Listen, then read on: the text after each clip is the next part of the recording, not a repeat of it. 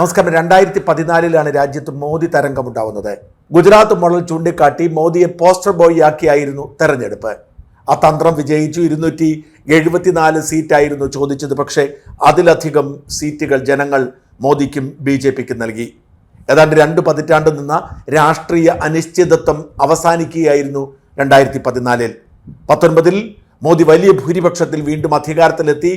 24 ആത്മവിശ്വാസത്തിന്റെ നെറുകയിൽ നിന്നുകൊണ്ടാണ് മോദി തെരഞ്ഞെടുപ്പിനെ നേരിടുന്നത്.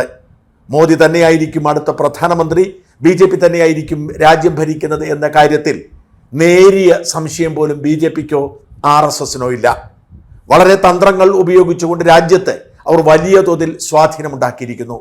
പക്ഷെ കേരളത്തിൽ അവർക്ക് ഇതുവരെ സാന്നിധ്യം അറിയിക്കാൻ കഴിഞ്ഞിട്ടില്ല. 2021 അവർക്കുണ്ടായിരുന്ന ഏക നിയമസഭാ സീറ്റ് പോലും നഷ്ടപ്പെട്ടു. രാജ്യത്ത് മുഴുവൻ മോദി തരംഗമുണ്ടായിട്ടും തമിഴ്നാട്ടിലും തെലങ്കാനയിലും ആന്ധ്രയിലും കർണാടകയിലുമൊക്കെ MP മാരെ സൃഷ്ടിച്ചിട്ടും ഒരു MP പോലും സൃഷ്ടിക്കാൻ കഴിയാത്ത കേരളത്തിൻ്റെ അവസ്ഥയ്ക്ക് മാറ്റമുണ്ടാക്കാൻ പ്രധാനമന്ത്രി മോദിയും ആഭ്യന്തരമന്ത്രി അമിത്ഷായും നേരിട്ടാണ് കഴിഞ്ഞ കുറേ കാലമായി ഇവിടെ ഇടപെടൽ നടത്തുന്നത്. ഇതിലേക്ക് തുടർച്ചയായി സുരേഷ് ഗോപിയെ കേരളത്തിൻ്റെ പോസ്റ്റർ ബോയിയായി ഉയർത്തിപ്പിടിച്ച് തൃശ്ശൂരിൽ വലിയ തോതിൽ മുന്നേറ്റത്തിനുള്ള സാധ്യത അവർ ശ്രമിക്കുന്നു. അതുകൊണ്ട് തന്നെ തൃശ്ശൂരിൽ നടക്കുന്നത് ഒരു ത്രികോണ മത്സരമാണ്. ആര് ജയിക്കും എന്ന് പറയാൻ കഴിയാത്ത സാഹചര്യമുള്ള ത്രികോണ മത്സരം. സുരേഷ് ഗോപിയുടെ വിജയ സാധ്യത CPMകാരും കോൺഗ്രസുകാരും പോലും എഴുതി തള്ളുന്നില്ല. എന്നാൽ കേരളത്തിൽ പരമ്പരാഗതമായി BJPക്ക് ഏറ്റവും സ്വാധീനമുള്ള മണ്ഡലം തിരുവനന്തപുരമാണ്. കേവലം 14,000 വോട്ടുകളുടെ ഭൂരിപക്ഷത്തിലാണ് 2014 BJPക്ക് തിരുവനന്തപുരം നഷ്ടപ്പെടുന്നത്. 2019 BJP തിരുവനന്തപുരത്ത് രണ്ടാമതായിരുന്നു. തുടർച്ചയായി 2 തവണ രണ്ടാമതായ തിരുവനന്തപുരം പിടിക്കാൻ ഇക്കുറി മോദിയും അമിത്ഷായും നേരിട്ടിറക്കിയിരിക്കുന്നത് രാജീവ് ചന്ദ്രശേഖരെയാണ്. 4ാം തവണ തിരുവനന്തപുരം പിടിക്കാൻ എത്തിയിരിക്കുന്ന ശശി തരൂർ ഭാവിയിലെ ഇന്ത്യയുടെ പ്രധാനമന്ത്രിയായി കണക്കാക്കുകയാണ് പ്രതിപക്ഷ നേതാക്കൾ. അതുകൊണ്ട് തന്നെ ശശി തരൂരിന് ഇവിടെ ഒരു മുൻതൂക്കമുണ്ട്.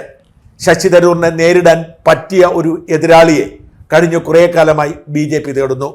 പ്രധാനമന്ത്രി മോദിയും ധനകാര്യമന്ത്രി നിർമ്മല സീതാരാമനും വിദേശകാര്യമന്ത്രി ജയശങ്കറുമൊക്കെ അങ്ങനെയാണ് പറഞ്ഞു കേൾക്കപ്പെട്ടത്. ഒടുവിൽ ആ നിയോഗം പ്രതീക്ഷിച്ചതുപോലെ തന്നെ രാജീവ് ചന്ദ്രശേഖറിൽ എത്തിയിരിക്കുന്നു. ശശി തരൂരിനെ നേരിടാൻ കഴിയുന്ന ഏറ്റവും കരുത്തനായ സ്ഥാനാർത്ഥി തന്നെയാണ് രാജീവ് ചന്ദ്രശേഖർ എന്ന കാര്യത്തിൽ തർക്കമില്ല. രാജീവ് ചന്ദ്രശേഖരും ശശി തരൂരും തമ്മിലുള്ള മത്സരമായി ഇപ്പോൾ തന്നെ തിരുവനന്തപുരം മാറിക്കഴിഞ്ഞിരിക്കുന്നു. പന്ന്യൻ രവീന്ദ്രൻ സാത്വികനായ ഒരു കമ്മ്യൂണിസ്റ്റ് നേതാവാണെങ്കിലും തിരുവനന്തപുരത്ത് നടക്കുന്നത് കടുത്ത രാഷ്ട്രീയ പോരാട്ടം അല്ലാത്തതുകൊണ്ട് തന്നെ തുടക്കത്തിലെ ചിത്രത്തിന് പുറത്താകുന്നു. ഇന്നലെ രാജകീയമായ വരവേൽപ്പാണ് തിരുവനന്തപുരത്ത് BJP പ്രവർത്തകർ രാജീവ് ചന്ദ്രശേഖറിന് കൊടുത്തത്. വൈകുന്നേരം വിമാനത്താവളത്തിൽ വന്നിറങ്ങിയപ്പോൾ ചെണ്ടമേളങ്ങളുടെ പ്രതിധ്വനിയോടെ അനേകം വാഹനങ്ങളുടെ അകമ്പടിയോടെയാണ് രാജീവ് ചന്ദ്രശേഖരെ നഗരം സ്വീകരിച്ചത്. വന്നിറങ്ങിയപ്പോൾ തന്നെ രാജകീയ സ്വീകരണം ഒരുക്കി BJP പ്രവർത്തകർ രാജീവ് ചന്ദ്രശേഖരനെ ഒപ്പം നിർത്തുന്നു. തിരുവനന്തപുരത്ത് പലപ്പോഴും BJPയുടെ വോട്ടുകൾ ഭിന്നിച്ചു പോകുന്നത് ഗ്രൂപ്പ് താല്പര്യത്തിന് പുറത്താണ്. എന്നാൽ കരുത്തനായ രാജീവ് ചന്ദ്രശേഖർ മോദിയുടെയും അമിത്ഷായുടെയും സ്വന്തം സ്ഥാനാർത്ഥി ആയതുകൊണ്ട് തന്നെ കേരളത്തിലെ പ്രാദേശിക BJP രാഷ്ട്രീയത്തിൽ ഇതുവരെ ഇടപെട്ടിട്ടില്ലാത്തത് കൊണ്ട് തന്നെ ഗ്രൂപ്പ് വഴക്കുകൾ അപ്രസക്തമാണെന്നും എല്ലാവരും ഒരുമിച്ച് നിൽക്കുമെന്നുമാണ് കണക്കാക്കപ്പെടുന്നത്. ഇന്നലെ BJP സംസ്ഥാന പ്രസിഡന്റ് K സുരേന്ദ്രനും ജില്ലാ പ്രസിഡന്റ് VV രാജേഷും കഴിഞ്ഞ തവണത്തെ സ്ഥാനാർത്ഥിയായ കുമ്മനം രാജശേഖരനും അടക്കമുള്ളവർ രാജീവ് ചന്ദ്രശേഖരെ സ്വീകരിക്കാൻ വിമാനത്താവളത്തിൽ എത്തിയതു തന്നെ ഐക്യത്തിന്റെ സൂചനയാണ്. അതുകൊണ്ട് തന്നെ തിരുവനന്തപുരത്തെ BJP പ്രവർത്തകർ ആവേശത്തിലാണ്.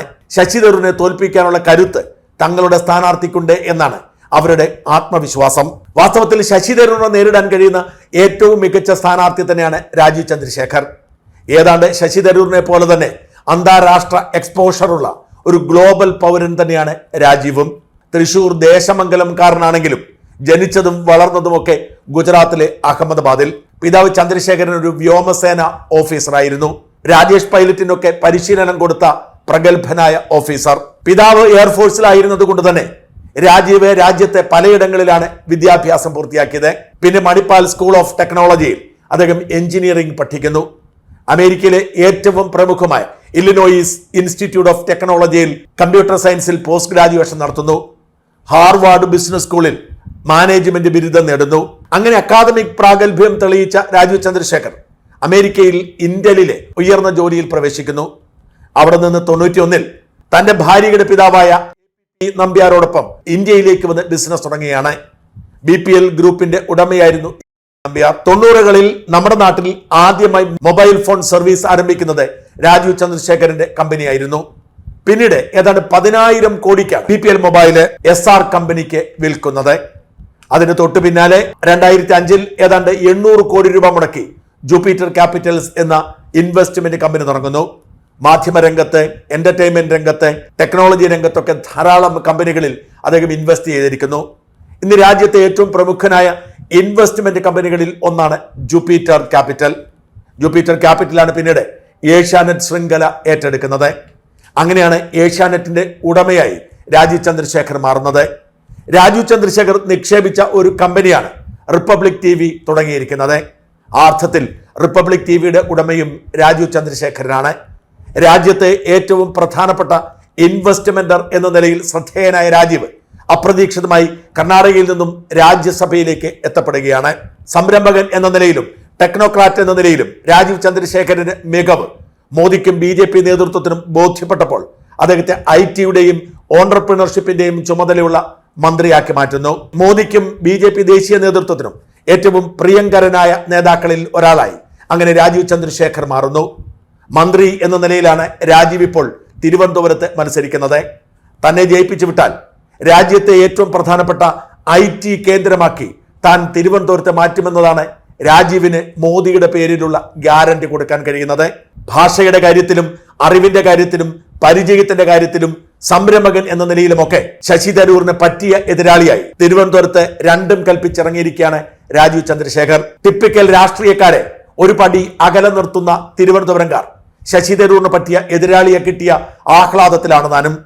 എന്നാലും രാജീവ് ചന്ദ്രശേഖരും ശശി തരൂരും തമ്മിലുള്ള മത്സരം തന്നെയായിരിക്കും ഈ തെരഞ്ഞെടുപ്പിൽ ഏറ്റവും ശ്രദ്ധ നേടുന്നത്.